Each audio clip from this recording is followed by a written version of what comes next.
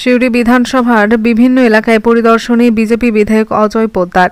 সিউড়ি বিধানসভা এলাকায় আগামী 2026 সালের বিধানসভা নির্বাচনের প্রস্তুতি শুরু করে দিলেন বিজেপি নেতৃত্ব।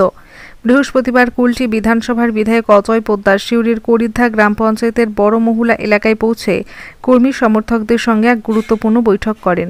বৈঠকে উপস্থিত ছিলেন এলাকার বুথ সভাপতি, বিভিন্ন পঞ্চায়েতের নেতৃত্ব এ সক্রিয় কর্মীরা। সকালে বড় মহুলার মা পুজো দিয়ে তিনি রাজনগরের উদ্দেশ্যে রওনা হন। এরপর রাজনগর ব্লকের প্রাচীন সিদ্ধেশ্বরী মন্দিরে গিয়ে পুজো দেন এবং স্থানীয় পুরোহিতদের সঙ্গে জনসংযোগ সারেন। মন্দির প্রাঙ্গণে এলাকার সাধারণ মানুষের সঙ্গে আলাপচারিতাও করেন তিনি। রাজনগর ব্লক সহ সিউড়ি বিধানসভার একাধিক পঞ্চায়েত এলাকায় ঘুরে দেখেন অজয় পোদ্দার। কর্মীদের সঙ্গে বৈঠকে তিনি ভোটের প্রস্তুতি ও বুথ স্তরের কাজ নিয়ে বিস্তারিত আলোচনা করেন। কোথায় কোথায় সাংগঠনিক ঘাটতি রয়েছে, কোন বুথে কর্মীদের উপস্থিতি বাড়াতে হবে সেই বিষয়ে নির্দেশ দেন তিনি। এসআইআর প্রকল্প নিয়ে কেন্দ্র সরকার যে পরিকাঠামো গড়ে তুলেছে তা সাধারণ মানুষের কাছে পৌঁছে দিতে হবে স্পষ্টভাবে। পাশাপাশি মৃত ভোটারদের নাম এখনও ভোটার তালিকায় রয়েছে কিনা অথবা কেউ অন্যত্র স্থানান্তরিত হলেও পুরনো তালিকায় নাম রয়ে গেছে কিনা সেসব বিষয়ে নজরদারি রাখতে হবে। অজয় পোদ্দার জানান, বুথ শক্ত হলে সংগঠন শক্তিশালী হবে।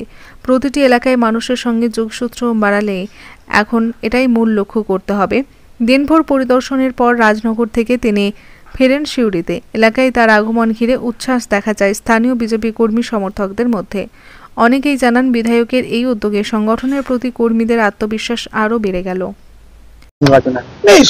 নির্বাচন বলে কি আমি সংগঠনের জন্য এসেছি, কোথায় কি খুঁটিনাটি আছে, কি প্রবলেম আছে, কোথায় কি অসুবিধা আছে, কিভাবে ঠিক করে আমরা এই বিধানসভাতে জিতবো, নিশ্চয়ই জিতবো। তো কোনখানে কি করলে আমরা জিততে পারবো সেসব আমরা এসেছি কর্মীদের সঙ্গে দেখা করতে, সিচুয়েশনটা রিড করতে, সেটা আমরা করব আর নিশ্চয়ই আমরা জিতবো। কর্মীদের সঙ্গে কথা বলে কি বুঝলেন আগামী দিনে বিধানসভা নির্বাচনে কি হতে পারে? সব বুস্টাপ আছে, সব জিতবো, মরবো, লড়বো, একদম রেডি আছে। এসআর নিয়ে এত প্রতিবাদ তৃণমূল কংগ্রেসের, কি বলবেন? চোরের মায়ের তো অবস্থাটা আপনারা জানেন।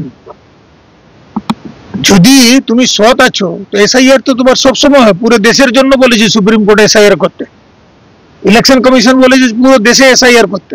বিহারে হলো, বাকি সব স্টেটে হবে। তো পশ্চিমবঙ্গে তোমার কি অসুবিধা আছে এসআইআর হতে? তোমার আনার লোক যাকে তুমি ভোটার থেকে আরম্ভ করে সব কার্ড দিয়ে দিয়েছো, তাদেরকে পাঠানো হবে এই জন্য? তুমি যতই কার্ড দাও, যখন আমাদের কাছে অনেক আইন আছে, ওই কার্ডের কোনো ভ্যালু থাকবে না।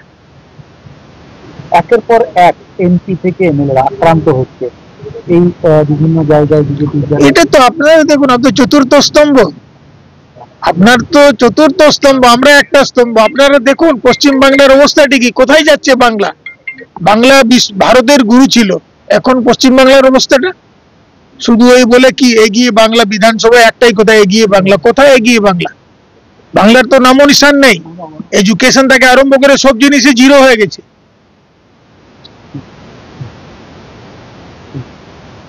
আমিন নাশিদের রিপোর্ট, জনকণ্ঠ টিভি নিউজ।